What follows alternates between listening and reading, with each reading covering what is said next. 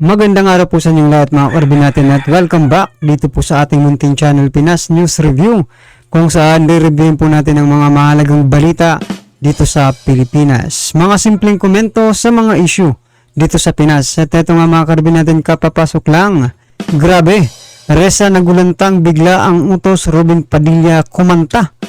Kibuloy tinuldukan na. Yan mga karbin natin ang ating alamin. Mula po rito kay News PH, yan nasa description po ang full video link ng balitang ito. Subscribe na po kayo kay News PH, at kung bago ka pa lang at di pa po nakapag-subscribe sa ating munting channel, please don't forget to subscribe at i-click na rin po ang bell notification para updated ka po sa lahat ng ina-uploads nating reaction video. At eto na nga, sama-sama at sabay-sabay po natin pakinggan, panoorin at bigyan ng reaksyon ang balitang ito. Ito na po. Si Risa Ontiveros po ay sinight for contempt na si Pastor Apollo Kibuloy. Si Senator Robin Hood naman ay kagyat pong tumutol dito po sa pagsasite ng contempt.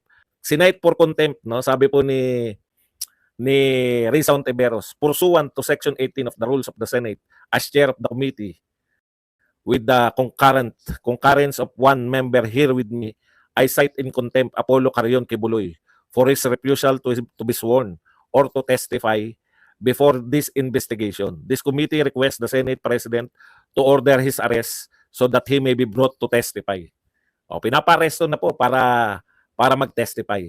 Kaya lang natabunan na eh. Alam mo, Senator Risa Ontiveros, ito yung mga tinatawag natin. Dahil po hindi umatin si Pastor Apollo Kibuloy sa pinatawag ni Risa Ontiveros, na sa simula pa lang po ay inaakusahan na si Kibuloy, sabi ng kampo ni Kibuloy, pucha, simula pa lang eh. Alam mo nang tutunguhin. Alam niyo po, nakakadalawa na po to si Risa Ontiveros. Naging bahagi po siya ng investigasyon sa Parmali. Dito po, pag wala po tayong nahita rito, tandaan po natin, in aid of legislation, lahat ng ating mga investigasyon sa Senado. Nakakailan na. Nakapang-ilan na tong investigasyon ni Risa Ontiveros dyan sa kay Pastor Apollo Kibuloy. So una po natin titignan. Hindi po pala. Isabay na natin yung kay Robin Padilla. Sabi ni Robin Padilla, tinututulan niya yung contempt. Dahil tumututol yung alam, si Robin pa lang ba yung kanina? Kasi hindi ko napanood, dito ko na lang, parang silang dalawa lang ni Risa eh. Dapat kasi, kung dalawa lang kayo, dapat matutuloy na, papahuli na kagad si Pastor Kibuloy kung ay second demotion. Kung sabi concurrence of one member. Kaso po yung isang member tumutol pa. Malas talaga si nauna si Robin para alam niya na eh. Kaya po tumutol kagad si Robin. Kaya hindi po mapapakulong. Pero kinakailangan po ni Robin Padilla within 7 days na makapag-produce po ng 8 senador. Para alam po natin, 8 senador po ang kinakailangan ni Robin Padilla na tumutol para hindi po makontempt si Pastor Apollo Kibuloy. Nakita niyo ba kung gaano kalaki ang rally? Malamang po ang mangyari po niyan, nagdadalawang isip po, solid to. Yan po ang ganyan po magpakita yung power nung rally. At nakikita rin po ng mga politiko, teka muna, hindi lang yung mga nanood sa rally. Hindi lang yung mga nagpunta sa rally yung impact. Ang tataas ng mga views nung mga nag-cover ng rally. Kaya po marami kang makukuha niya na Senator Robin Hood. So dalawa po abangan natin, Mahuhuli kaya si Pastor Kibuloy? Ikalawa, makakagawa kaya ng batas si Risa Ontiveros? Kasi po, pag wala rin po yung nagawang batas, nag-aakselan talaga tayo ng pera. Okay lang sana kung sumisikat siya sa ginagawa niya. No? Hindi rin naman po niya So tama po sa Sir Badong Aratiles mga karibin natin, kailangan makapulos po ng bagong batas, no? Itong si Senator Risa Ontiveros, out of dito sa kaso ni Pastor Apollo Kibuloy na iniimbestigahan nila. Pero kung mayroon namang kung mayroon ng batas, no? Na nagawa ng batas na pwede nang kaso kay Pastor Apollo Kibuloy, bakit pa bibigyan ng aksaya ng panahon at kwarta diba, ng Senado. O, kung meron na palang batas na pwede nang ikaso kay Pastor Apollo Kibuloy, bakit hindi na po dalhin sa korte? Diba? Pero kung gagawa pa lang ng batas si Senator Risa Hontiveros, base po dito sa kaso ni Pastor Apollo Kibuloy, dapat dalihan po nila yan. Diba? Kasi bawat hearing dyan ay alam natin na tumataginting na pera ang nilalabas ng Senado. Pera po ng taong bayan yan. No? Kailangan maging productive po bawat hearing. O hindi lang po para kay Senator Risa Hontiveros. Sa lahat po ng chairman ng komite na kung ano-ano mang iniimbestigahan ninyo. Diba? O dapat makagawa tayo ng batas, o kayo, kasi kayo naman ang nandyan, diba? Makagawa kayo ng batas sa bawat ginagawa ninyong hearing. Diba? Sayang naman. Like for example, sa PCSO, ano po bang ang batas ang nagawa? No, kasi hindi na natin narinig eh. PCSO dyan sa Luto. Kaya Senator Raffy Tulfo. Ano pa ba? Iba't ibang hearing pang nakikita natin, no? Dito sa Senado at Kongreso. Pero may mga batas ba kayang nagawa sila? Para hindi na maulit ang mga ganitong pangyayari? Yan. Kinasikat. Actually, sila ni Tambi, yung ginagawa po nilang pampasikat yung ginagawa ng mga yan. Dalawa silang gusto magpasikat eh. Si Tambi, yung pagmumukha niya, nakabalandra, namimigay ng kung ano, no. Kulelat pa rin. Dalawa sila ni Risa, nag-battle of the kulelats. Hindi na po uso ngayon yung ano, no? Alam na ng tao kung sino yung matunay na naglilingkod. Okay, punta po tayo rito. Abangan namin yan, ha? Kinakailangan na Senator Risa, meron kang batas na magawa diyan, kundi sayang na naman ang pera natin. Bakit po sayang? Nagsampa na po yung DOJ ng kaso kay Kibuloy. Yun na po yung proper, no? Kasi kung may kaso na, wala nang silbi yung investigasyon nyo kung hindi ka makakagawa ng batas.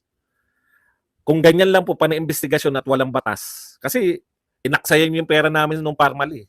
Wala rin na parusahan sa Parmali. Bakit? Pinulitikan nyo eh.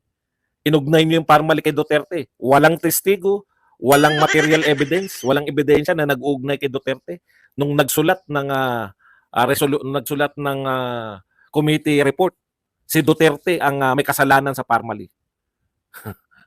Kaya tigil-tigilan nyo kami rin sa kapapasikat nyo. Wala na po sumisikat dyan sa Senate hearing. Alam, nagagalit po lalo yung tao. Ngayon, ang pampasikat ngayon, mag-rally kayo. Nag-rally kayo, di ba? EDSA. Kasabay na rally sa Cebu. Kumusta yung rally sa EDSA? Ilan na? Dati 30 eh. Ilan ngayon? Okay.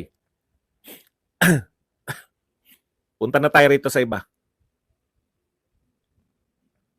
Nananawagan po yung mga Dilawan. Ito po ang panawagan ng Dilawan. Guys, yung mga Dutertards na attacking the Marcoses and sounding like Dilawan Pinklawan, remember, kalaban din sila. They are political hypocrites. Duterte and Marcos supporters are the same monsters. Labanan natin sila. Hindi, no? Ang tanong, may pwersa ba kayo? Kayo ba mga Dilawan, may pwersa pa kayo? Utot nyo. Tagapanood na lang kayo ng labanan ng mga Duterte versus Tambaluslos. Ayan, no? Bakit po kayong mga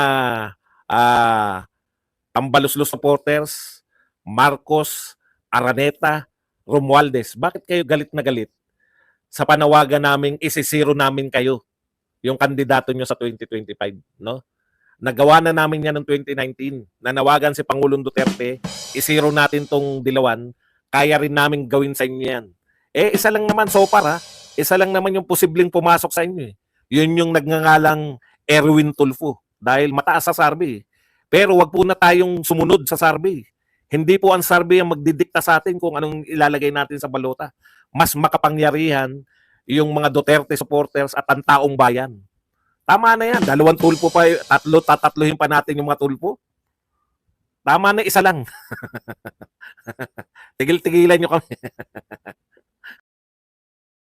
So yan mga karibin natin, ano pong masasabi nyo dito kay Senator Risa Hontiveros na walang humpay, no? Dito sa paglalabas nga ng